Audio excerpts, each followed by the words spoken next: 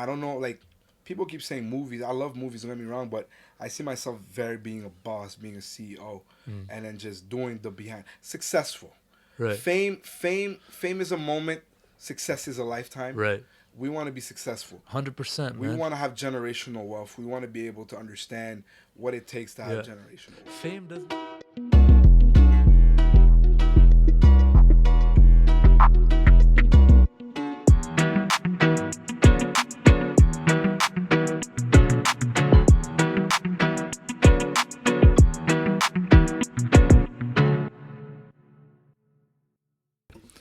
Reggie Cash, welcome to the It's Not That Deep podcast, bro. Thanks for having me, Brody. Thanks for coming out here. We've been trying to schedule this for a little while now, but it's finally happening. Yeah, you know how it is. We're just working, we grinding, and it's finally good to be here. And it's time to let's let this shit rock. Yeah, let's do it, man.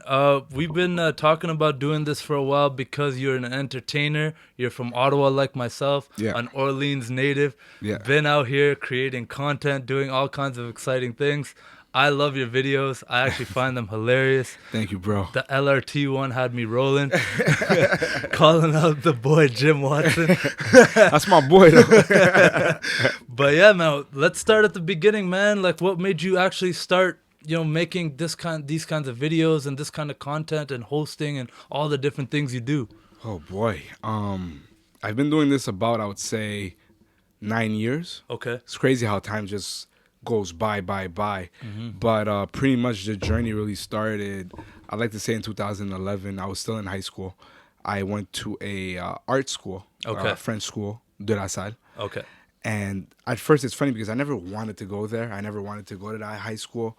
And I wanted to follow my big sister's footsteps. She went to Saint G. I wanted to go to Saint G. Mm-hmm. I'm actually originally from Gloucester. Okay. And then we moved to Orleans when I was like 14. Okay. And I've been in Orleans like since 2006. Okay. So I've been deep in Orleans, but I've always been around downtown and all that type of stuff. I like to say Orleans was kind of like my home during the weekend. Okay. Because the weeks, right, the days were long, but the years were quick type of thing. What's art school like? What's What's the difference between that and like just normal school? So pretty much it's kind of like, I would say, if you go to a sports school, they focus more on sports. Okay. So you have your normal classes, and then you have like something we had called concentration. Okay. And we would have literally like that class 2 times a day. Okay. So I get to that side grade 7, I'm really not, I'm liking it in a sense because some of my boys were there. Mm-hmm. And in grade 9, all of my boys came through. Right. And at some point, they kind of enrolled me into like this weird program. Okay. And actually in grade 10, they did that. In grade 9, I took drama. Okay. And I enjoyed drama. But the thing is that acting is something I never really wanted to do. Just because I didn't want to memorize a script. I just felt nervous memorizing a script. Oh, man. Same. So I was just like, damn. Okay. So I'm going to just like, damn, the water. I'm going to just like forget about all that and just focus on whatever opportunities I got. Yeah. So then in grade 10, they put me in something called like cinema. I'm like, what the hell? So I go see my guidance counselor. I'm like, what is this? Like, I don't want to be in this. Like, I'm going away from arts because you actually have the chance, right? Okay. You can just have like normal classes, or you can actually be in arts. Okay. And I was like, damn, I'm not gonna do all that. Mm-hmm. So I check it out. I go into the class. I see some of my boys in the class, grade 10. I'm like, okay, this is interesting. This is cool. And then I really took off, but not knowing I was going to do this later on. Right. So I get a comprehension on how to edit videos. Okay. How to make a video per se. Mm-hmm. And also be in front of the video. Okay. And if people know me from high school, I've always wanted to be a star. They always ask me, yo, what do you want to do? I want to be famous. Not knowing exactly what that meant or what that entailed, but I just wanted to be that guy. And I just fell in love in being in front of the camera. Okay. So it wasn't the behind the scenes stuff that excited you as much. It was more the being in front of the camera. Yeah. Even though memorizing a script, and I can relate to that because I hate anything to do with memorizing anything. I just can't do it. Like, it's just not how my brain works. Like, if you tell me something and I understand it, I'll be able to do it, talk about it, whatever. Yeah. That's why I like podcasting. As soon as I have to memorize any kind of script, even if it's a sentence, I will fuck it up so quick. That was actually a big struggle for me. Like when I started this thing, is I started recording my intros. So let's say like after this podcast, I'm gonna record a little intro just of you and blah blah blah, what we talked about, just like a little 30-second thing. That 30 seconds, I would dread it so much because I'm sitting there in front of a camera, like, hey, welcome to It's Not That Deep. I'm just like, it feels weird, man. I can't. Today I'm sitting with, like, it just feels weird. It's not like natural for me, you know? Yeah. But that's very interesting, man. You mentioned to me earlier that you're a big fan of Will Smith. 100%. Talk to me about that, bro. How did that come about? Did it start with Fresh Prince? Like, where did this love for Will Smith come from, man? Man, a mixture of Fresh Prince, a mixture of Bad Boys. Okay, Bad Boys. A mixture of Men in Black. All that. Movies I vividly remember from my childhood. And later on, Independence Day. Right. iRobot. I Am Legend. Like the list just goes on, bro. Pursuit of Happiness. Ali. Pursuit of Happiness, I will say, is probably one of my favorite though. I agree. It just hits you in the feels, bro. It hits you right in the heart, and you're just like, damn, man. Like that's how he does this. Like, oh my god. With his son too, like his actual son in the movie. I'm like, bro. Are you kidding me right now? Like it don't get better than that. It doesn't. It doesn't get better than that. I could rewatch that movie a million times, man. Yeah, for sure. Just the struggle of him trying to sell what are those scanners or something like that. Like, can you imagine though? Like that was really life in like the early 2000s, or like was it like mid 90s? I would say. Yeah. I think mid-90s? that's when it was set. Yeah. Like mid 90s, and you're like, really, people are out here selling scanners? Like, bro, are you serious? Yeah. But no, Will Smith, it was just it's a creativity behind him, right? You could relate to somebody in a sense where he did his own show and he was himself. Right. And you're like, damn, he just literally became famous off himself. Yeah. Off his personality. 100%. And his personality was infectious, and it gravitated towards me as, holy, like you can just be that guy and just being yourself. You don't need to be anybody else. It's your energy at the end of the day, right? Like you enter any room, and if Will Smith's in that room, he's probably bringing the energy up, elevating 100%. all the people around him. Unless you're that Aunt Viv from like the first one. The first one. The party poop one. Apparently they really did butt heads. They did not. They don't like each other They at hate, all. to this day, apparently. I remember going down some like internet rabbit hole, just like, no way, like, is this real? Like, and no, yeah, they hated each other so much that they had to switch it. Like, I found that hilarious. Man. But hey, from what I read, Will Smith was the boss of the show. Yep. And it's whatever he says goes. So if he was the show. Exactly. At the end of the day, even though you have this amazing cast around you, everyone, you got Uncle Phil, Carlton, all these people, it's Will. It's 100%. Fresh Prince of Bel-Air. You know? Without Will, there ain't no Fresh Prince. Exactly. Can't have a show without Will. Exactly. Come on now. One thing that stuck out to me about Will Smith and his career and like his progression and stardom and like maintaining that level is his ability to adapt and still do different things and different roles. And I remember, I don't know if it was like a YouTube video, one of those like motivation ones or something, and it's just Will Smith talking about like if someone's on the treadmill next to me, I will die before I stop, or just some shit like that. That fired me up, man. That kept me going through the football days and this kind of stuff. Like, man, I need that Will Smith mentality, you know. But there was another thing where he was like, I think he went skydiving for the first time. I don't know if you saw this. He talks about like his experience jumping out of a plane for the first time and how it was like terrifying to him. Like most people who haven't skydiving, I don't know. People who have not gone skydiving, it's a scary thing, right? And this guy just talked about, yeah, it scared the shit out of me, so I did it. And because I did that, I could do anything. Now you see him, he's out here making TikToks. He's just adaptable, man. He's just doing whatever he has to do to just remain the superstar status that he is. Well, at the end of the day, right, he's a brand. And that Will Smith brand represents so much people. So for him, he's building, and he already did build his empire. Yeah. So for him, that's what he's doing. He's just breaking more barriers that he already broke. Yeah. And it's crazy. And that's why you just get inspired by somebody like him, because think about it. He started as a rapper, got broke, and he had to reinvent himself again. Yep. And like you said, right, it's just being able to adapt. It's being able to like reinvent yourself. Yeah. And that's the biggest thing in this game is Yeah. reinventing yourself over and over again. You talk about building a brand, being the brand.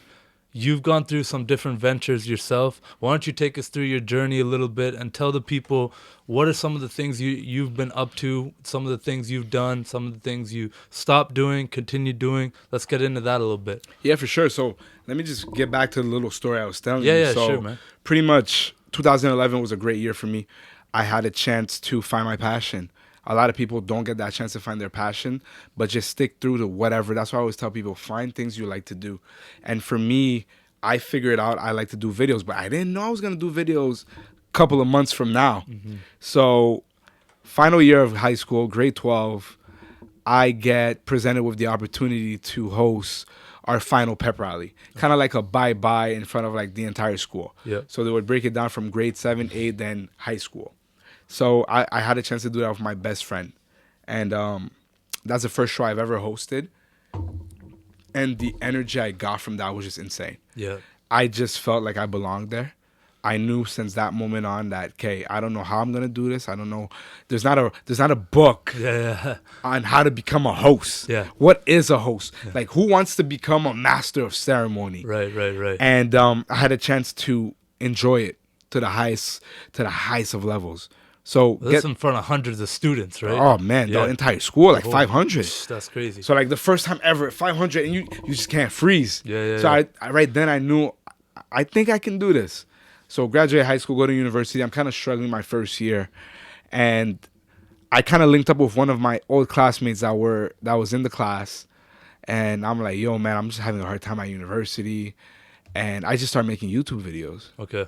So I literally just started making YouTube videos, bro, and my videos weren't the best at all. And this one time, one of my friends, he's like, yo, your videos are not doing too good. I'm like, well, then come help me then. So then I link up with my boy, Miguel Aiden, and then we form our YouTube channel under my name, Reggie Cash Jr., and we really take off. So when I'm saying taking off, we started like, doing a little things. Then we started doing skits. This is when YouTube people are doing skits. Right. I And remember then that. I get a chance to do shit Ottawa people say. And that was the first time I had a chance to really go viral in my city, understanding what that meant. Right. So I do shit Ottawa people say, crazy. Everything goes crazy. Everything goes wild. And I'm kind of known. Like, people are stopping me on Canada Day. Hey, aren't you? Yeah, aren't you this guy? Yeah. And I'm like, damn, like, this is crazy. Like, Yeah. why are people stopping me like this? And then I'm telling my boy, like, man, we got to focus on the money. Because that's the money. That's what we're doing this for. Not for the attention or whatever. Yeah. But then that starts to consume you a little bit, because fame is one hell of a drug. Even if it's a 10% fame, even if it's a 0.195% fame, you get addicted to it. So I became addicted to being noticed, and I stopped making videos. Okay. I stopped making videos for about I stopped in 2014, 15, I'd say, 14, and I took a break. I started hosting from 2014, 2016. Now, what do you mean by hosting? So what I mean by hosting is that I got an opportunity to become a master of ceremony. So I got the opportunity to become an MC, to hype out crowds, to really open up shows, to present acts, to just be that guy that talks to the people. Yeah. And I had a chance to start with Cap City Showdown, Right. Cara Vibe in its early stages. Well, I like to say 2014, really. Cara Vibe was my first opportunity to like really see, whoa, what this is really all about. Right. But you have to understand, I'm 22 at the time. Right. And I'm not really understanding what it really means to be in front of this amount of people. I don't understand crowd reaction. I don't understand what do I do to get the crowd hype. I don't know what the terms of knowing your audience is. So pretty much 2014, 2015, I'm figuring this all out. And then I meet the Cash Boys at around maybe 2016. So the Cash Boys was like a crazy venture for me because I didn't want to go back to making videos. I'm hosting. I'm learning how to host. I just get a contract to host a Haitian event every month called Rendezvous Bouillon. Cap City Showdown at the time is like the hottest rap, R&B, hip hop event, and I'm just getting my name out there. But then I'm like, you know what? Like, I really love doing videos, and it's just something in me that I love knowing that my videos can change somebody's day. Wherever that person is in the world, I just know that somebody's probably gravitating to my Instagram page. Yo, I just can't wait for this guy to drop a video because it's the same with us. We gravitate towards seeing what this celebrity is doing, or what that person is doing. Yeah. And it's just that responsibility that I put upon myself. So with the Cash Boys, we had a great run from 2016 to probably 2018. I had a chance to then again figure my things out. And I just want to point out about when we said learning how to adapt. So my homie, the one where we first started making videos, he actually deleted all the videos we did. No way. Yeah. I tell people this all the time, and people are like, damn, weren't you pissed? Weren't you like angry? Like, bro, you had like 45K views on YouTube, 50K views on YouTube, bro. At the time, you're talking to like King Bash, freaking, I don't know, For Y'all Entertainment when they're all hot. Like, they know you, bro. Yeah, that's crazy. And I'm like, bro, it doesn't define me as a person. Sorry. It's all good. I'm like, it doesn't really define me as a person because I can readapt myself. 100%. So what did I do? I just restarted from the bottom. And I had a chance to learn more about myself. So after the Cash Boys, I link up with Jehu. Shout out to Jehu. Try to make videos with him. But something was missing. Try to help me understand before we even go to that next part of your chapter there. Why was the videos deleted? Like what does that purpose serve? Like is this an ego thing? Is this just you do your thing, I do mine? Like what's going on there? Why? What's the reason? I don't like. I'm trying to think of why would you delete something that's getting views and could get views forever. Honestly, between me and you, I didn't even really ask much questions.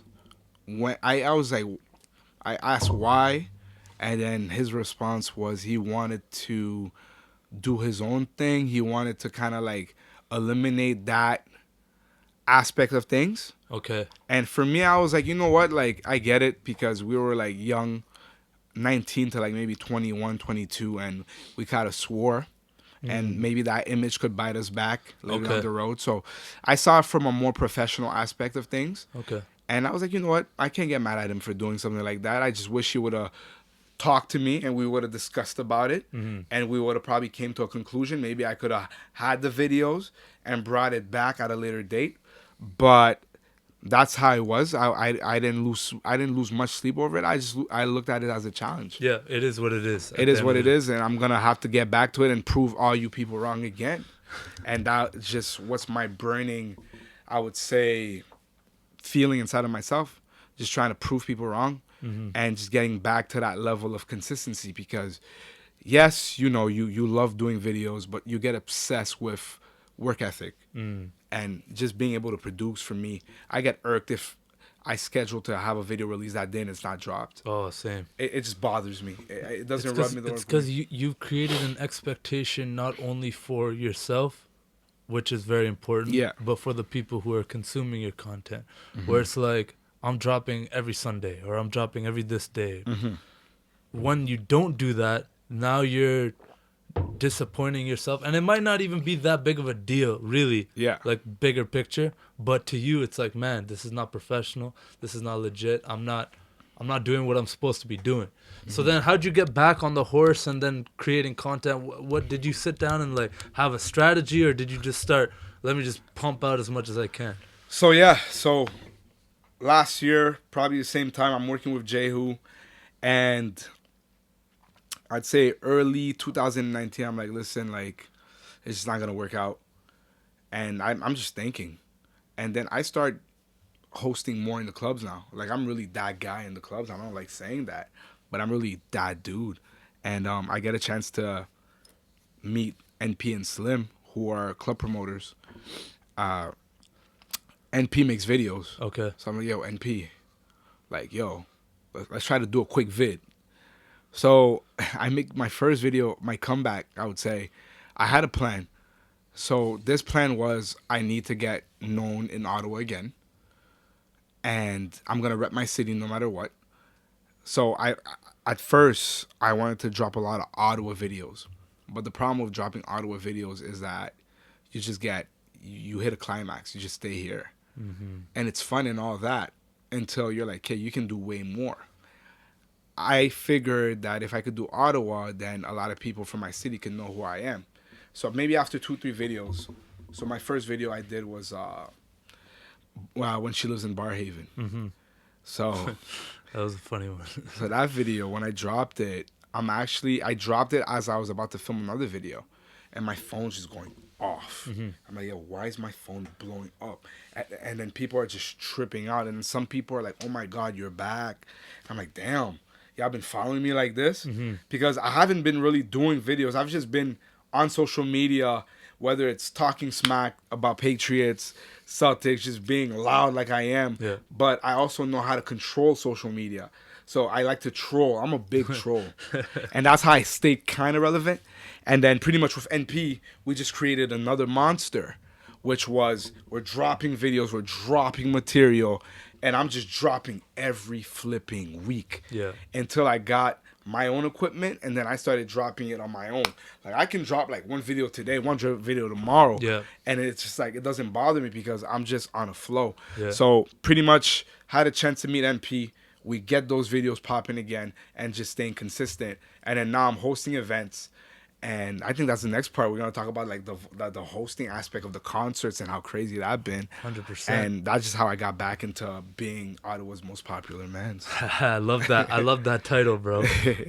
That's really hype, man. Hearing your perspective of the creating the videos and the journey and taking a step back and then coming back full force. Mm-hmm. I really like that. That's really cool. And what people don't like appreciate is how much work goes into each one of those videos, because yeah, it's funny, and yeah, it's getting laughs, and yeah, it looks like, but like he just did this one afternoon just having fun. Yeah, it's fun, don't get me wrong, but people don't see it's calculated. There's a lot of thought that has to go into it. I see the edits too, and it's like the LRT one killed me. I got to bring it back to that one because it's like you see buses, you see footage of buses and stuff while you're talking. I'm like, this is hilarious. I'm actually laughing out loud. It's crazy, bro, because you look at Tunnies, it's looking like Canada Day, bro. Yeah. Like, literally, that's how it looked like Canada Day. Mm-hmm. It legit looked like Canada Day, and that's insane to me. Bring back the buses, bro. I never thought I'd say that got me. But, like, all that aside, like, creating these videos and creating this kind of content, it also can weigh on you, because if you have this expectation of yourself all the time to create this content, what happens if you want to pivot and go a different direction?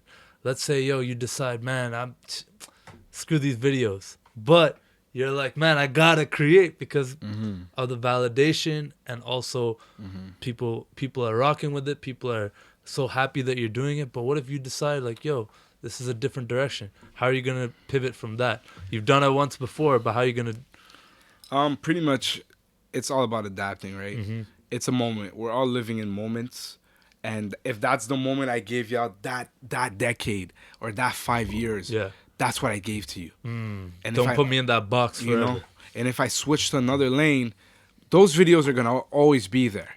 But if you become a fan of me for what I've created over the past, then you can definitely cross over with me to see what I'm doing in the future. Absolutely. And that's what I think it's dope, because when you build a fan, you try to build them for life. Yeah. You try to have those people be inspired by what you do. Yeah. And it's about inspiring people to be able to do what they want to do. I love that. I love that aspect, the inspiring people. Let's bring it back real quick and talk about Ottawa. Yeah. Our beautiful city. Yeah. Gets a lot of hate. Absolutely. Yeah. But I'm thinking that's changing a little bit. People are starting to embrace the city a bit more. Yeah. You're seeing a lot more creators, musicians, rappers, people who are embracing the city for what it is. But you brought up a very interesting point that I agree with personally, and this is something as a content creator myself, is almost a wall that you hit, is even if every soul in this city, every single person had an internet connection and subscribed and watched your shit, that's like 1 million hits. Yeah. That's if everything, and that's a crazy assumption. Like, that doesn't even make sense. So you hit this wall, you have to grow outside of it. You got to even reach into the Torontos, and I see you even almost in a roundabout way did that with your video, why are Ottawa mans trying to be Toronto mans? Yeah, that one killed me as well, because it's so genius, because you see a lot of that culture leaking over. I mean, it's not that the city's that far away, but it is its own distinct city with its own melting pot of cultures. And then Ottawa a lot of the times gets like overshadowed by that, and you know, it's hard to find our own identity in this city. So all that to say, how do you envision in the future you trying to hit some of the bigger markets, the LAs, the New Yorks, the Miamis, like, and even going worldwide with this kind of content? How do you face that challenge? Just keep doing what I'm doing. Okay. And it's really just being able to stay creative, staying what I'm able to do, and build a brand. Okay. We want to build a brand. We want to build that Cash Boys brand, and that's the goal. And for me, Ottawa, if you're from Ottawa and you make it, don't know you're from Ottawa. You just can't stay in that lane where you can just do everything about Ottawa. At some point, you're going to have to branch out. And it's not saying, yeah, you can't make it out of here. Yes, you can, 100%. But for you to put your city on the map, you got to put yourself on the world stage. Yeah. And that's the biggest thing. And that's where, like, a good kid that has, like, a lot of followers, shout out to Elam, he said to me, you got to do videos for the world, you know? And it's great that you do videos for your city, but you got to do videos for the world. Yeah. And that's been my mindset ever since. I'm doing videos about anything now. Right. I'll give you the Ottawa video here and there. Yeah. But I'll give you world videos. Like, I want everybody in the world to be like, damn, this is hilarious. Like, damn, this is dope. And then once you get to that level, then you can come back and then you just put Ottawa in a whole new melting pot. In a couple of years from now, everything that we're doing right now is going to be kind of like going on YouTube. It's going to be hard. Just to, like, make videos on Instagram and getting views is going to be hard. Yeah, 100%. And that's how I see it. Instagram right now is like YouTube 10 years ago. And if we keep on being consistent on what we're doing, we're able to build something and being able to transfer whatever we build on any platform to another platform. Right. Because we put in bring those fans with you. Exactly. That's really important, man. And that kind of brings me to another thing I wanted to talk about a little bit, is the social media aspect and TikTok. Yeah. Are you on there? I am. Yeah? I just dropped one today. Oh, nice, man. How's that going for you? It's okay. I'm still learning TikTok. Yeah, me too. I'm trying to do as much as I can. I'm trying to seek it, what works, what doesn't work. Yeah. I wouldn't say I'm a big fan, per se, just because I get it, right? We got to jump on the new waves. But it's fun to me. I'm trying to have fun. Yeah. I asked my little brother, yo, what do you think worked?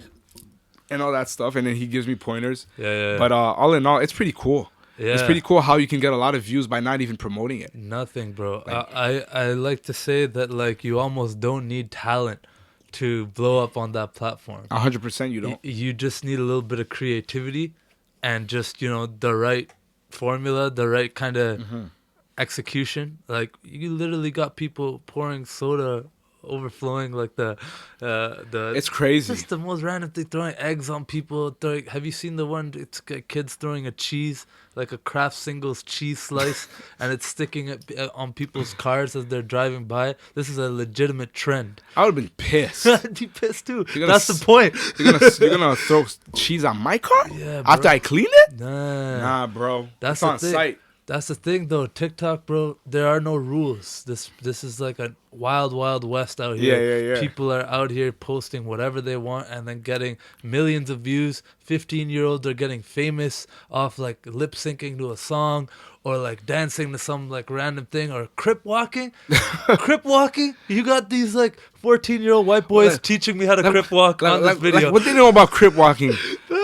Like, bro, you're born in 2003. It's so weird. It's so weird, Like, man. you're born in '04 and you're out here crip walking, bro. They don't even understand like what crip walking really We should is ask and a what kid that's 14. Do you even know what "Drop It Like It's Hot" is? Like, do you know that song, bro? Do you know who Pharrell is? Yeah, they probably don't even know who Pharrell Williams Like, is. Bro. crazy, man. That's funny, man. Drop It Like It's Hot, man. That was like one of the first like rap songs I fell in love with when I was a kid, and my mom hated that. You know when you had AOL was like your home page, Yeah, on like Windows like 98? Windows 98 or like Yeah. Windows 2000. You had Yeah, the yeah. dial up. It was just a really shitty dial experience. up. Yo, somebody picks up the phone. Yeah. Everything's gone. It's gone. You're trying to load a photo. It takes like 10 hours. Yo. But anyways, AOL was the homepage, and I remember seeing like music. You could somehow listen to music. I remember I'm like, no way. Like I could stream a song. It was like buffering back then. Yeah. And I would hit like rap, the category rap. I'm like, Yeah. you know, I like beats and rap and stuff. Yeah, I wanted Yeah. to check this out. And I remember seeing like Snoop Dogg dropped that whole album. What is it? Blue Carpet Treatment or something like Something that. like that. And I saw Drop It Like It's Hot, and there was like a music video to it. Just like the Snoop. I'm like, no, this is the hypest thing ever. It was the Yeah. first time I seen asses shaking on the internet. I was just going wild. I remember like my mom walked in. She's like, what are you doing? Turn this shit off. Like, blah, blah, blah. I'm like, no, it's fun. Like, I love Mom it. snap. No, the Drop It Like It's Hot, man. That's still one of my favorites. That's like prime OG Snoop Dogg. OG before he Snoop Dogg. became Grandpa Snoop. I know. Or Uncle Snoop, I should say. Yeah, man. You know? But yeah, bro, like that's just how I see it when it just Ottawa's gonna be crazy in a couple of years. 100%. We're developing. The city's at an all-time high. There's a lot of content creators. Yeah. There's a lot of musicians. A few musicians made it. Yeah. And we're just thriving. We got somebody in the NBA. Yeah. So that's dope. So like in a Who do couple we of have years. in the NBA? I rode with you on it, but I didn't know who. I was like, yeah, We yeah. got Mario Shayhawk. Oh, okay. I gotta write that down. So like in a couple of years, bro, you're gonna be seeing us like Ottawa's like elite. Yeah. Which is gonna be like in a room. It's be like, damn, bro, like we're just from here. Yeah, And exactly. now we here. We were just in Orleans talking shit, Like bro. just chilling. You know what I'm saying? And now we out here doing the most we can. Well, that's like pretty much what happened with Toronto, right? Like Toronto was always a bigger city and a more industrial city and this and that, but now it's been legitimized to a point where like you have groundbreaking talent in every category, just killing it on a world stage. And that's why it's important what you said about world stage. What do you think it's going to take though for Ottawa to become that world class city when we can't even get like a train line built, right? I think what it is, it's influencers. Somebody out of this city is going to be able to influence the world, and the world is going to be able to gravitate, and then Ottawa is going to be able to follow through. Kind of like how Drake is the world star, and he put his city on the map, Yeah. and then everybody that's not from Canada, the first city they'll say is Toronto. 100%. It's like a race against time, I find. Yeah. I feel like Ottawa is in a race versus Vancouver Right. to see who's going to be this next upcoming city Right. that pops off. Because right now, I feel like a lot of people know Vancouver, and then they know Ottawa. People know Montreal, too. Yeah. But I feel like Ottawa, we kind of have a bit of an edge over Montreal. And Yeah. I'm not saying it just because I'm from Ottawa. I'm just saying it because Montreal's been there for a lot of years. Right. We don't really know much about that city of who comes out. Maybe I don't, and I'll probably educate myself on it. Right. But Ottawa, we got a lot of, like, I learned the other day in Grey's Anatomy, one of the actors, she's from Ottawa. No way. Crazy, eh? Did not know that. The guy from Jeopardy went to Ottawa U, graduated. Yeah. Alex Trebek. They named the whole building. Trebek Hall or something, Yeah, right? yeah. That's crazy. So, like, think about the amount of people, or the amount of people that are probably in the NFL right now from Ottawa. Right. That's actually true. We have Eli Ankou in the Yeah. NFL. Yeah. We had he just retired. He was playing for the Raiders for a bit. I'll get the name. Christo. Okay. Christo something. He was Okay. in the NFL. Yeah. We got guys like Jonathan Sutherland, Patrice Rene that are like doing things Yeah. in their respective like schools, and they have a chance to go to the NFL. 100%. So like we're moving as a city, and it's inspiring Yeah. to just being able to see that. Right. And for me, I just want to keep this train going. So why do you think it is then that the people from the city who have made it in terms of like, let's say, music, because this is probably something that you know a little bit more about than me, but Belly, he doesn't claim Ottawa. The Carl Wolfs or the Masari from Ottawa? Yeah, he's from Ottawa. Bro, why did these people like they'll put like Toronto? Like why is Ottawa just like an afterthought? As much as I still love my city and I know you're passionate about it as well. Why is it still that it's still shied away from being put on a world stage? You know what? I think those guys are passionate about Ottawa. I think they truly are. I think because I remember when I was a kid hearing stories from Belly Masari, how they were in the clubs and they were running stuff. You know, Absolutely, I still hear those stories. I hear those stories with R.I.P. Ray Emery as well. Yeah, When they like in the 2000s and they were just the hottest thing coming out. Masari till this day, Pop the Bottle is like a legendary track for our generation. Yeah. Honestly, I don't know. I don't know why certain people don't like to. No one's been able to give me this answer. That's why I like putting people on the spot, because there's no answer. Because for me, it's like I always say myself, and I always envision. There's two sides of me when it comes to fashion, right? There's the gangster side. I like to call it my Puff Daddy 1995 Source Awards side. And then there's like my classy, suave, like I'm rich type of style. Absolutely. And I feel like there's certain award shows. You could see me at an award show, big chain, you Ottawa, you Ottawa sweat crew neck shirt, you Ottawa hat, and accepting an award with a varsity jacket. Right. And just be like, yeah, this is where I'm from. And then just putting that city on the all-time map. Man, that's a dope vision. I love it. And that's one of my craziest visions because I'm so proud to be here. Yeah. I'm so proud to be from here. And even if I could move to LA tomorrow, there's nothing like home. And at the end of the day, at some point in time, I will be living here. Kind of like how Drake lives in Toronto now. And he says it. When I call myself Ottawa's most popular man, I'm not saying it. I'm saying it out of humbleness. I say because I'm here. I was in the clubs for 7 weeks straight. I'm in these streets trying to figure out what works. I'm in these streets trying to people are seeing my face in person, then seeing me in the videos the next day or in the gym. And I pride myself for that. Yeah. You know? That's very powerful, man. I like the vision. I really like that, you're thinking this way and you're actually visualizing it and trying to put it out there and manifest it. Let's talk a little bit about training in the gym, because that's another part of your life that you're passionate about, and I see the snaps, you sweating, dripping.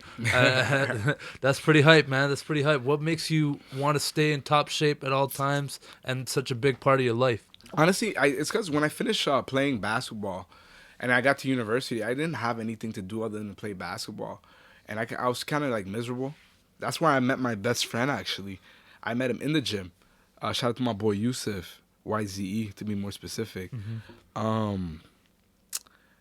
met this guy in the gym and I wanted to be his friend, and then he's like big dude, whatever, and I'm kind of chubby at the time, skinny, I don't even know, and I couldn't even do a pull-up. And then this one day I gave him a ride home, and then we just became friends ever since. And the gym's just been this man literally crushed me in the gym. Nice. I'm talking about we spent months just doing legs. Nice. Not even doing chest.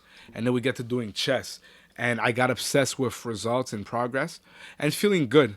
The gym is kind of my safe haven to That's a big thing. mentally clear my head if I have something going on, Yeah. or just release anything I feel, and I just feel better about myself when I'm in the gym. And I've been at the gym since probably 2014. Nice. And I've just been putting in work, and it became a lifestyle more than anything. That's the important thing, and that's what I really want people when they listen to this is fitness is often, and this is the world of social media that we live in, right? Where it's just vanity. People think it's only to look good, but it's the feel good that's a really important thing.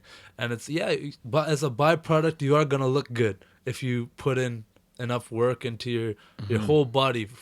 Mind, everything, your nutrition, your mindfulness, getting good sleep, stretching, doing all these things is very important. But I like the feeling of getting out of the gym and just feeling good.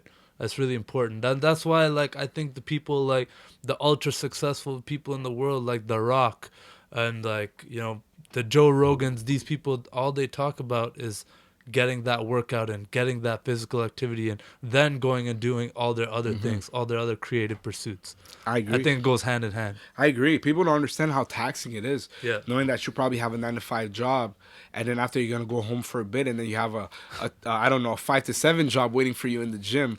That day could be squats, benching, deadlifts, and you have to get it done. Yeah. And then you just feel so much better about yourself. Yeah. Because you're improving your health. Yeah. You're improving your longevity, and you're improving your mental health. Yeah. Which is an important way of making you feel better. Yeah. And I tell people, for anybody that's going through like depression or whatever the case may be, that gym can save your life. Yeah. And I'm not an expert on it, but I'm just saying that gym could literally make you feel much better about yourself, knowing that this can make your day better. Yeah. You don't need to lift heavy. No. You know what I'm saying? You just need to do Move. something. Just move. Just move. Yeah, that's what I tell like anybody, and like you, I'm no expert on mental health and this and that. It's definitely a lot more complex than telling people to just go to the gym. But at least do that. At least move. At least do 20 minutes a day. Break a sweat. That's it. If you can at least do that, then you string together a few more days of that, and then you actually feel better about yourself. You're more confident, and at least you tick something off the list to better yourself every day. 100%. You can even go to the gym and you just do 15 minutes of cardio. Yeah. And your day's complete. And you're going to feel so much better. Watch, you do 15 minutes of cardio every day. Yep.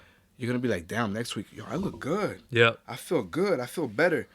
Once you start feeling better about yourself, you start feeling more positive about yourself. 100%. And then you start having more confidence about yourself. Yeah. And I get it. Some people go to the gym and it's like scary. Right. We've all been there. You got these big meatheads grunting all over the place. You got these... I could tell you, 2014, I couldn't even do a pull-up. And the way the Ottawa U gym is set up, the Montpellier C1, God.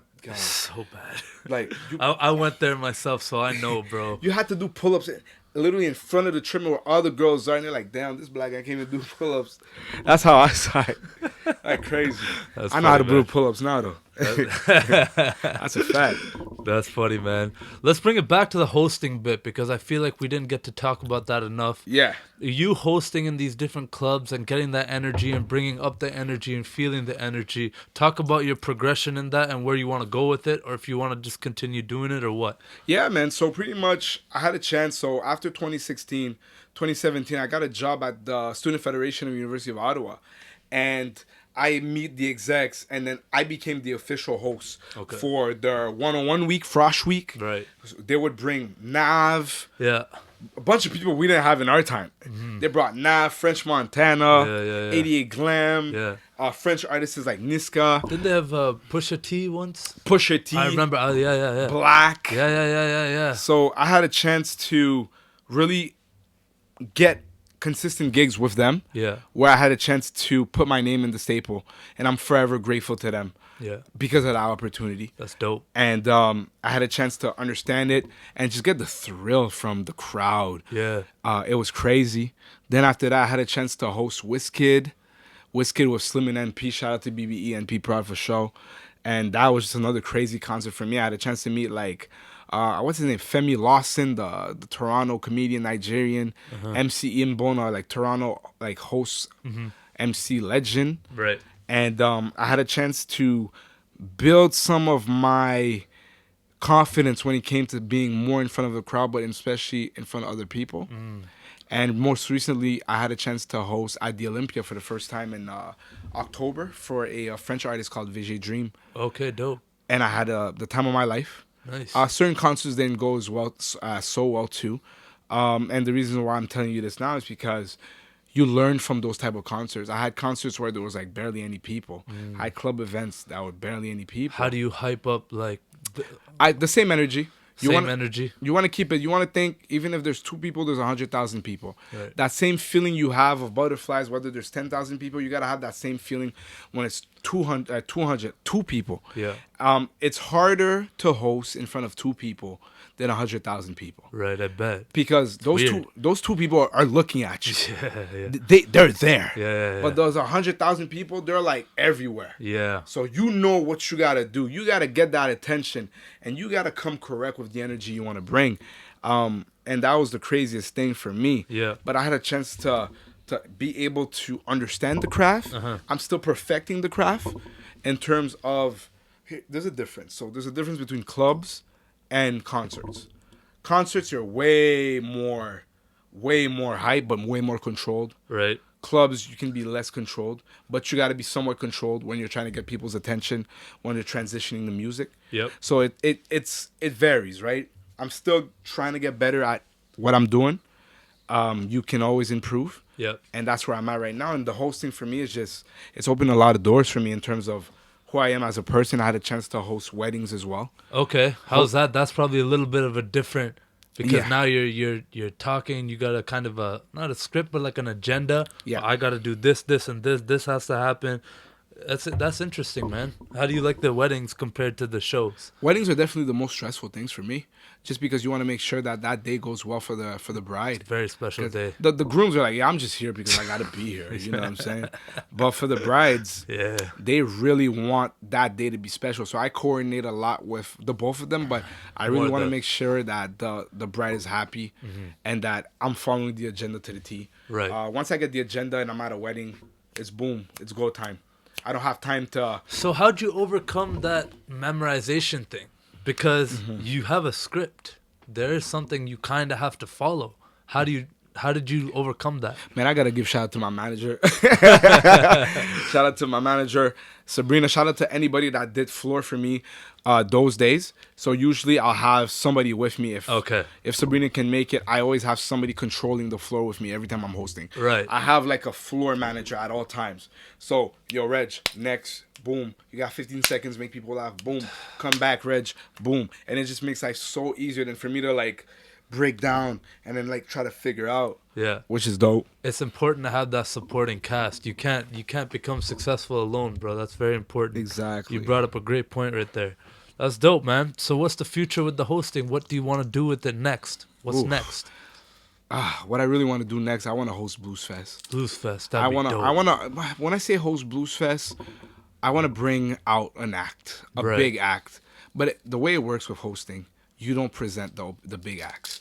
The big acts has their DJs. They got their own hype, man. Exactly. They got their own MC. Exactly. Their MC brings them out. Yeah. But I want to be able to have fun with the crowd. Maybe it's a 15 minutes, Right. 10 minutes, just play a bunch of music and we're just getting lit. Keep the energy up. Exactly. And then the all-time goal at some point in the future, probably be able to be on Parliament Hill for Canada Day. Ooh, that'd be hype. And slowly but surely, that's going to be like when I get to world star stage. Yeah. Being able to be in Canada for July 1st and to be able to be in my city, in my country, and being able to host in front of everybody. And that's when I'll be like, hey, I'm at that Kevin Hart level. And that's something that we're fighting for. I love that, man. You're firing me up right now because I want to be right up there with you, bro. Hey, you woke, bro. You woke, bro. Like soon it's only gonna be you being able to interview me, man. Like I'm gonna do like the Weeknd and Drake, just no interviews. I don't do Just interviews. no interviews. Just my rare. boy. Like we have an understanding of where we come from, and you'll probably know more insights and all that stuff. Exactly. This is the first of many, you know. Exactly, and I'm telling you, bro. Like I'm not a big fan of. Here's the thing. I think the misconception is the fact that I'm always on social media makes it seem like I enjoy the spotlight, but I also enjoy my privacy. And I don't want to be an open book. Okay. I don't want people to know everything about me. It's hard. It's a hard balance in 2019, bro, when it's like everything's kind of expected to be, almost On social media. Your food to your this to your that, like every single thing, it's like you also need your privacy and your space. That's very important. That's something I struggled with as well when I started this. Is like, for me, a lot of people tell me, yo, do a vlog, do it this, do it that, and like just start recording. I'd watch everything. your vlogs. That'd be freaking I sick. mean, yo, people tell me this all the time, and like I'm thinking about it too, but it's like even this is a lot for me. Putting myself out there and just talking to people and doing this. I'm having fun with it. That's why I'm doing it. I'm genuinely enjoying it. And I'm learning from like inspirational people like yourself. Like, and it's leveling me up with you, right? But it's I just feel like it's weird because I like to travel a lot. Traveling's a big part of my life. I find it weird when I'm traveling or doing something and I'm like, I should pull my phone out. This is like I should capture this moment instead of just being there in the moment. It's a very like delicate balance, because on one side of it, it's obvious that this would be a sick moment to show everyone. Let me just pull this out. Yo, look where I am. Look what I'm doing. Hey, like, give me attention, give me validation, give me the likes, the follows, all those things that, subconsciously or consciously, our brain and our dopamine hits. We want it. We want it. It's just a fact. But then on the other hand, it's like, bro, in the more meditation and the more like mindfulness and being in the moment, as you talked about, that I've been practicing, I think it's also sometimes just important to even turn your phone off, or just take a step back, or like go for a hike, or just do something like away from just this lens, this camera that you're showing people. Because that's also very important, is just to be alone with yourself and your own thoughts. I think that's very important as well. So finding that balance, it's tough, and I think people of our generation are gonna really struggle with that. I agree. I think we're at a generation where I see it. We're at concerts, our phones out. Yeah. But I also understand though, because think about it this way: the people that went to watch the Beatles, in the 1960s, they would have loved to have their phone out. Hell yeah, man! Show their friends like. So like you go to a Beatles concert. What do you have to show for? It's just word of mouth. It's me trusting you. But now it's like, bro, look at this concert, bro. Yeah. Or like, I took a picture with the Beatles. Yeah. And that's why pictures are still this day powerful. Yeah. I'm pretty sure the meet and greets back then must have been insane. Crazy. Compared to now, because now I don't even need to see these guys. I'm like right front and center. I seen them. I'm good. Yeah. I got it out. I seen them, and boom, bang, bada boom. And I get it, but you're right though. It also takes away from the privacy aspect of, okay, like, we don't need to know that. And it's dope that not only you think about it too, I think about it too. And sometimes I'm like, damn, like, it'd be dope. Just put your phone there and enjoy the time. It's like when I went to LA. Don't get me wrong, I Snapchat the whole damn day. Yeah, no, I'm not saying that there's a right or wrong to this. But it's crazy you said that, because I came to a point when I was in LA, I don't take pictures. Okay. I'm not the type of guy to take pictures unless it's like myself or family members. But I was taking pictures of like the scenery. Yeah. And I'm like, damn, is this the type of guy I am when I travel? I want to take pictures now. Yeah. And I've been against traveling for the longest time because I'm so focused on my work. And to me, traveling equals vacation. Okay. To me, vacation equals a break from work, equals a earned break from work. And I just feel like I've never earned that break from work. Okay. And that's my goal. That's one of my dreams. One of my dreams is later down the road, I always want to be somewhere hot in January, February.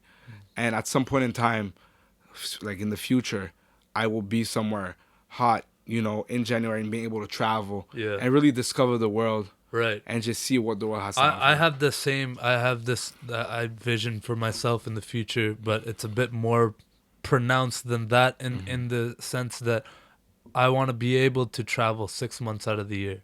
That's pretty dope. I want to be able to do that. That's missing winter, bro. That's just cutting at the end of November, coming back in May. I agree. May 2nd. May 2nd, you know what I'm saying? Cinco de Mayo. Yeah, or May Cinco 5th. de Mayo. May 5th. But it's I disagree with you in that travel has to be vacation. Because I think in like the world we're living in, where a plane ticket is actually really not even that expensive. That's true. And, where all you need is a coffee shop with an internet connection, you can get work done. And I learned this while I was on exchange. I did a international exchange in Norway. No way. Yeah. How cold is it over there? It's not as cold as here, bro. I keep saying that to people. I'm like the type of person, I'm starting to believe that Canada, Montreal, Ottawa, or parts of Quebec is as colder than Russia. I gotta go to Russia in winter, right? Because I debate it. Yeah, it's like people in the States, like Boston. Yo, it's free. I'm like, it's not freezing, bro. It's like, it's like my family. -4. It's like -4, bro. Yeah. We're like -24. Yeah, with a wind chill. It's like -40. Like, yeah, it's nuts. But all that to say, like, the important part that people miss when I say that 6 months is the other 6 months I want to be here. I love Ottawa in the summer. I love this. This is my home. This is my family, my friends. Everyone's here. You know what I'm saying? I want to have the home base. I think it's important to still have that. But 6 months out of the year, and I don't want travel to be a vacation. I want to always work. I want my life to be a vacation. My work to be my life. You know what Drake said? I brought my work home with me tonight. That's the goal. That's to bring the goal. to bring your work home. Hell yeah, You're man. just working home tonight. Have you seen the Kevin Hart documentary I have. on Netflix? Does that not fire you up? Man, he's a worker. I don't know how he finds time. No, man. Like, you can tell his wife can get annoyed. Yeah. And then he tries his best to, like, he barely sees them The dude doesn't sleep at all. I feel it. You could see it in his face. You could see it in his decision making. Sometimes when he berated his personal trainer buddy, like, So, Kevin's pretty strong. yeah, bro, I was like, damn, he pushed his trainer like that? he's out here. He's I out was here. like, damn. I was surprised by that as well. But like, what I really appreciate about Kevin Hart's drive, hustle, and like, he's a mogul. He's out here building all these businesses, all these brands, production company, this, that, movies. Just like, the guy does not stop, right? Yeah.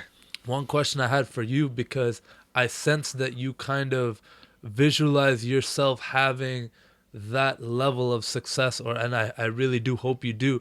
One question in a weird way I'm trying to ask you is how would you deal with random people coming up to you and being like, yo, Reg, it's Reggie, and not even talking to you, just wanting a selfie? How would you deal with that? Man, Because that's what it is these days. It's like, now it doesn't, if I see Drake over there, 99% of people are not even going to try to be like, yo, Drake, take care. You were on your, like, you know, like, or like, yo, this song, I really loved what you did with this. They're going to be like, yo, Drake, can I get a pic?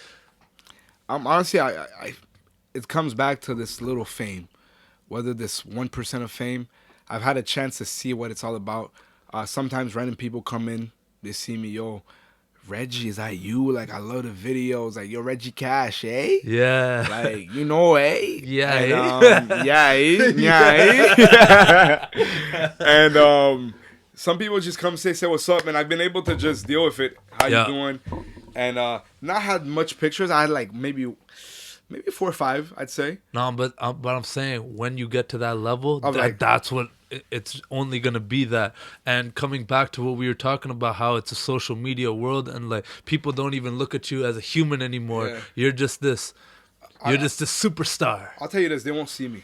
Oh, okay. They won't see me. You're just gonna hide. I don't think I'm gonna hide, but I'm gonna be very calculated in what I do. You're gonna be backdoor a guy. I'll definitely be a backdoor guy. I have no choice, bro. Yeah. I gotta go from the back, come in the front. Yeah. But I'll go to events that I need to be there. But if my ass needs to stay home, my ass is gonna be home. And if I'm in the public, I'm in the public. It's a switch. It's right. It's work to me. Okay. The way I see it, Kay, you're about to go out. You're about to get fan rush. We ready. I gotta make sure my team's ready. And then boom, we get fan rush. We're good. Yo, that was crazy. Yeah, because we don't have. You gotta enjoy it, because at some point in time, you're gonna retire. It's gonna run out. You're gonna run out. You're gonna have to readapt yourself. 100%. Like, you're gonna change. You're gonna become that superstar, to that icon, to that legend status, and then to that retired OG status. Right. And then you just finish your days with your family by your side, and the success, the seeds, and then you see your grandkids that had the chance to get an education, that had the chance to follow their dreams through you, your son, whatever, and then your name just continues. Right. And you just look at it and you're just proud. And I think that's the biggest thing for me. I think for me, I know this is not going to last forever. And I'm okay with that. I'm okay with knowing that, hey, if this doesn't pop off, I did my very best. Right. And it was fun, and I'll always support anybody from the city, no matter what. That's dope. And that's just how I see it, you know? That's dope. It's important to keep the ego at bay. You have to. It's important to stay humble. I love that. That's really dope. You have to stay humble, because the thing is, it's success, attention can go so quick to your head, but it doesn't bring anything to you if you let that get to your head. Exactly. You just got to be yourself. Exactly. Let's talk about you potentially wanting to pursue comedy, man. Let's talk about that a little bit. What brought that about, and what kind of steps are you taking, and when do you want to start? What are you going to do? Honestly, I want to I want to keep on doing these videos, right? Okay. So my goal is to keep on doing these funny videos, and then hopefully, if I get into like TV, get into like a funny movie, I would say, Okay. kind of like how Kevin Hart does those funny movies. Yeah. Get into those funny movies, and then once I establish my team, figure out a way where can we try to stand up comedy, just trying it, just seeing what it takes, because for me, I'm not gonna lie here on this interview and say I'm passionate about stand-up. I'm not. Okay. However, it's a good skill that I want to learn or attempt to learn, Right. and see if I can execute it. Well, it goes along with a lot of the things that you're already doing in Exactly. terms of being in front of a crowd, controlling the crowd, Mm-hmm. knowing how they react to things, and it's a muscle. Mm-hmm. It's something that you have to work on. I feel like nobody gets up on their first open mic night and just crushes it. And just crushes it. I agree. I think you're gonna have to probably eat some shit a little bit, 100%. and go to the Absolute Comedy, the Yuck Yucks, the places in the city, and just see. Yeah, just dive see. in, bro. I feel like you don't even need a team to tell you if I should do this or not. Yeah. Just go do an open mic night. I'll laugh. I'll come through. You watch a Joker movie?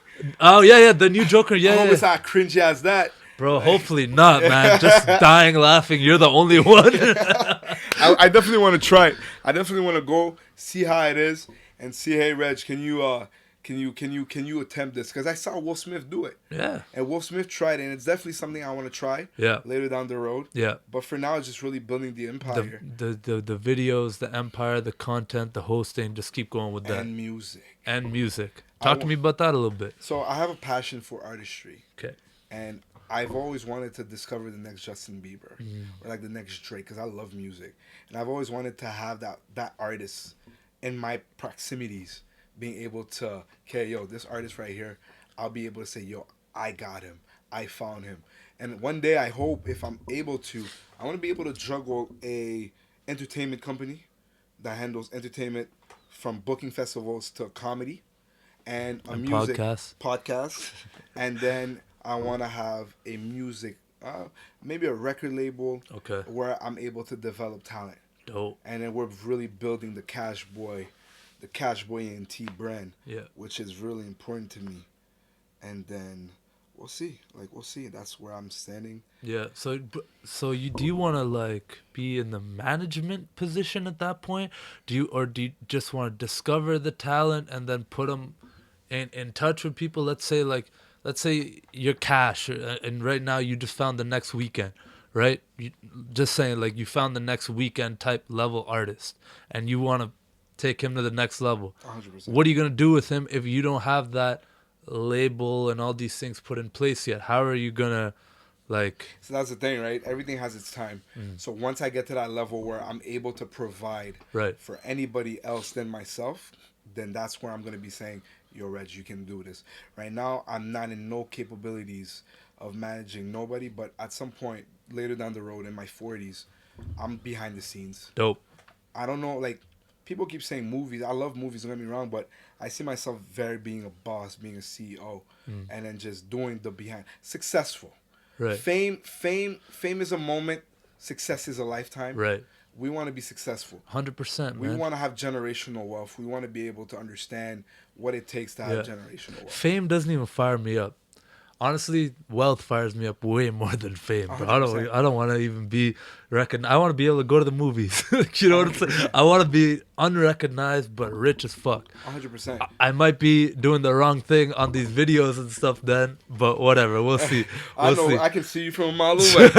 and I agree with you, right? I think that's the thing where it's like, for example, for people like us, we start doing this because we love it. Mm-hmm. We don't know people are going to gravitate toward us.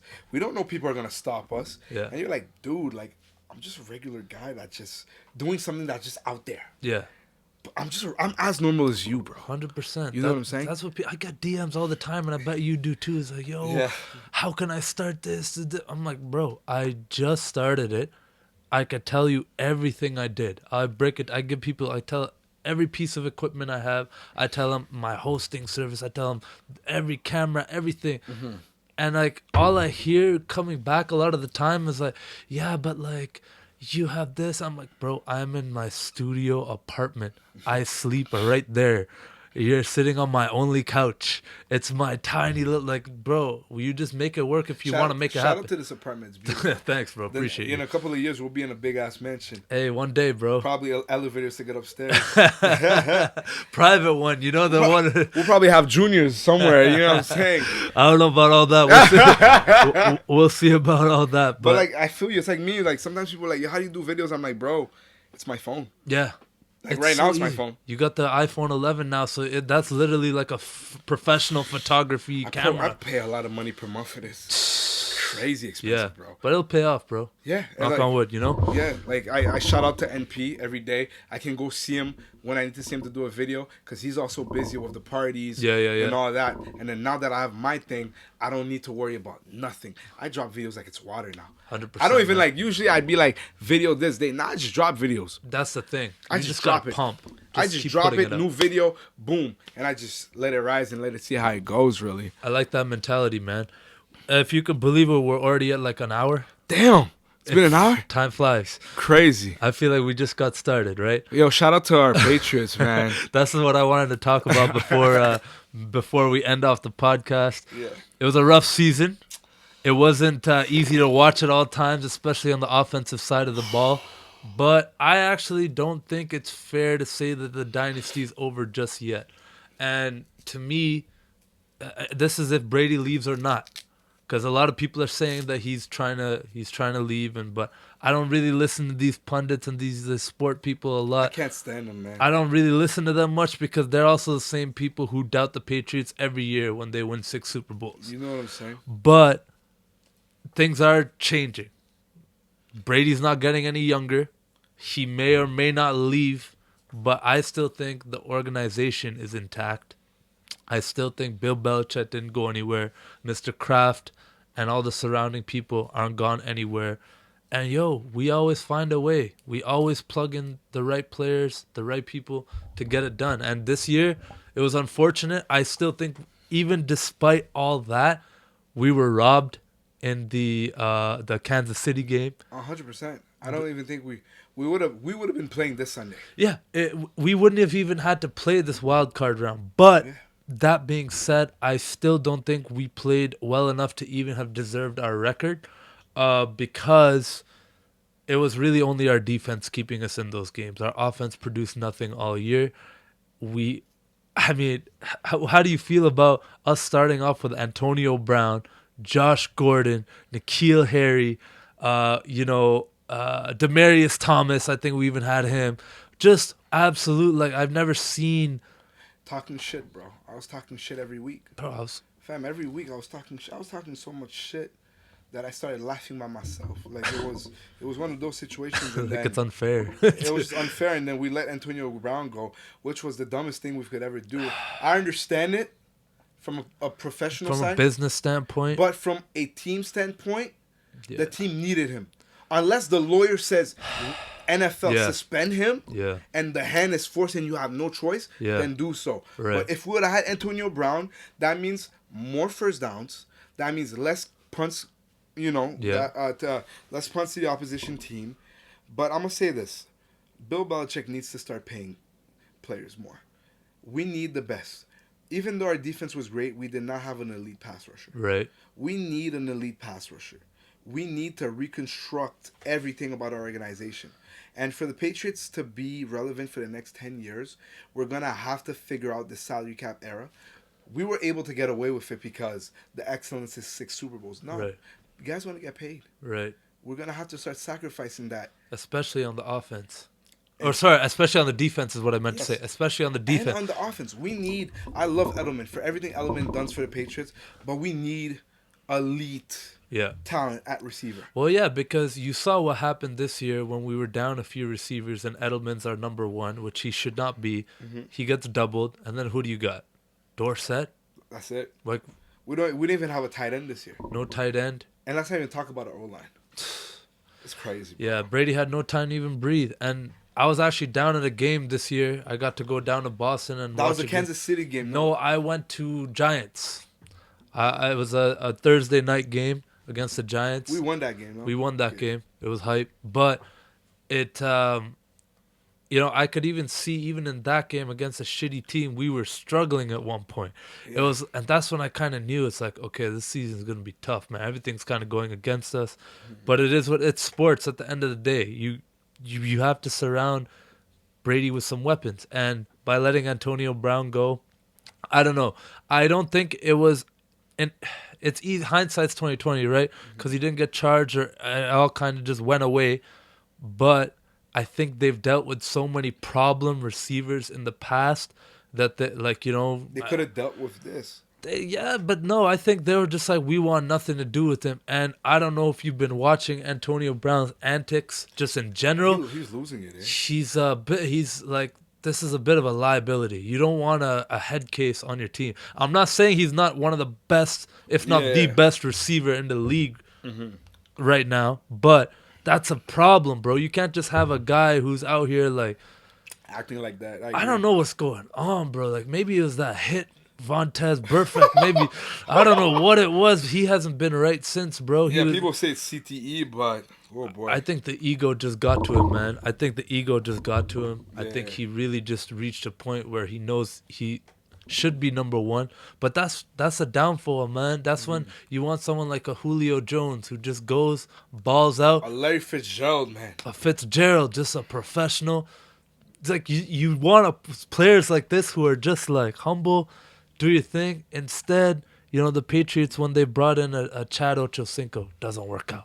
When you bring in like these superstars who are supposed to, the only time it ever really worked out, in my opinion, is Randy Moss, the 100%. Greatest receiver of all time, in my personal opinion. I think so too. I think people are gonna give us some flack about that. Jerry Rice. Jerry Rice, the hardest worker, probably the most consistent player, but I think raw talent, wide receiver. I would not want anyone else to just chuck a ball down the field. How much was this for you? Like a 4.2? 4.2, yeah. Unofficial, but yeah, because he didn't even do the combine. And his later years probably maybe, what, a 4.3 or 4.4? And what people don't realize, he played injured half the time. His hamstrings were all fucked up because when you're that fast, you're just always injured, bro.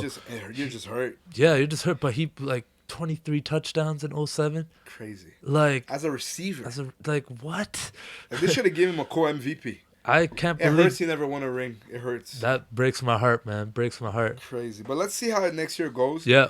I kind of like our backup quarterback. Bro, don't talk to me about backup quarterback because we should have Lamar Jackson right now.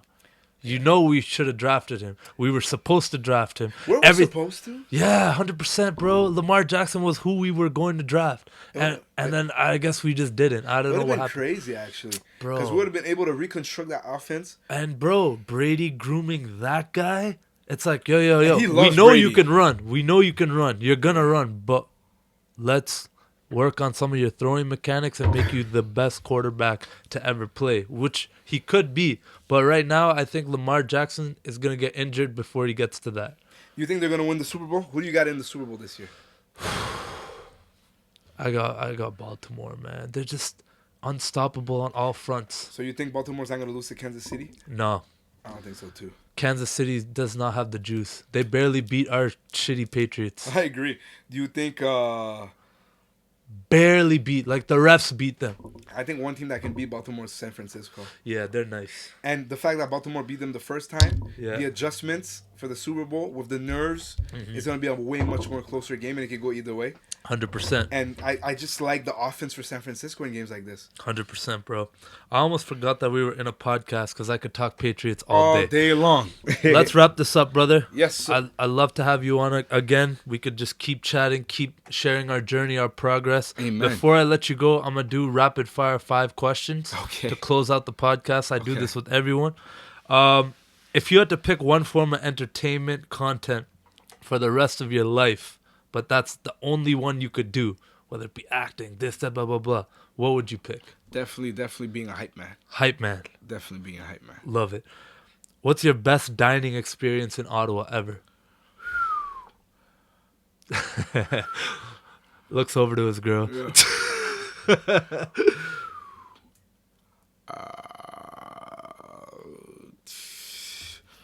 Come on, bro. You love the city. You love the food. Think of a time where you went out, or even if you ordered in. some fast food where it was just Man, it's I'm dank. gonna say this live. Going to the smoke shack was crazy. The smoke shack, huh? I just didn't think we could eat that much great bomb ass southern barbecue food. I'll say smoke shack right now. Love it. Oh, never mind. Evo was lit. The Greek food, right? Oh my God. I've never been there. The lamb? It's dank, huh? Hands down, dank. Okay. You've watched the Avengers, right? Yeah. Which Avenger would you be? Black Panther. Black Panther, All huh? day. Love All it. day. You know what? Black Panther, Captain America, Yeah. Spider-Man. No, but if you had to pick one, Black Panther, huh? I'd like to say. See, I took you as a Tony Stark. I don't know. Yeah, I just thought in my head, yeah, that was just me. yeah. What I thought from hearing you talk. Just I could see myself being Iron Man. Yeah. To me, I'm like, I feel like I'd be like Hulk. I like that. You know? You're a big guy. I'm a big ass guy, but I'm also like, I'm a big teddy bear. Yeah. Besides Will Smith, who's your favorite actor? Oh, besides Will Smith, boy. Okay. Right now, can I tell you right now? Yeah. I'm obsessed with Damson Idris. Oh man, Elba. Damson Idris. Oh, I thought you said Idris Elba. Not Idris Elba. I Damson missed the Idris. Damson. Damson Idris. I don't even know who that is. He plays Snowfall. Okay. I'm just obsessed with his acting. Dope. I'm gonna tell you a few more people and those are from the shows I've been watching. Okay, these are TV actors or TV. show movie. They play in movies too. Okay. They play in movies too. I don't know who Damson this is. Idris, Omari Hardwick. I just feel like the last season of Power, the masterpiece that he's been doing. Yeah. Shout out to Tommy though. I can't forget about him. Great actor too. Denzel for sure. Mm-hmm. Hands down. All right. I like Denzel. You can't not say Denzel and Idris Elba as well. Yeah. Luther. Oh, I love Luther. Like Idris Elba and Luther. To I me, like those UK shows. Me too. It's unreal to me. Yeah. How great he is as an actor. Fantastic. And last question. Biggest goal of 2020? Man, I'm going to tell you this. My biggest goal for 2020 is making sure my brother goes to prep school and really stays healthy the whole year. My biggest goal for this year is seeing my brother go to the United States and try to be healthy. Love it. That's all I want. Love it, my bro. brother to play 9 to 10 games, high school football, not get hurt, or hopefully no major injuries. Absolutely, and he bro. just balls out and he gets a D1 offer. That's my goal for this year. Not even my personal stuff. I love how selfless you are, man, and that just shows how humble you are, how much you think of others. And it might not even sound like that when people are first listening to you. Yeah. Most popular guy in Ottawa. Yeah. But then hopefully by the end of this podcast they realize that you're actually a humble, genuine, authentic dude. Shout out your social media for people to follow. Anything you want to promote right now before we end off the podcast? Yeah. Shout out to Cashboyreg. That's my Instagram handle, aka Ottawa's most popular man, and aka OT Poppy. You know how it is. I got that from the GOAT Drizzy, my big brother. Shout out to my family. Shout out to everybody in my family. Shout out to my friends. Shout out to Samina. Shout out to Mama Francis. Shout out to Sammy's Kitchen. Shout out to Baby Cash, my broski. Shout out to Yusuf, Evans, Robert. All right. Thanks for Sabrina. coming. I can go on. Thanks for coming on the It's Not That Deep podcast, brother. And remember to everyone listening, it's not that deep. It is not that deep. Never that deep. Later. Thanks, brother. Thank you, bro. Thanks for listening to another episode of the It's Not That Deep podcast.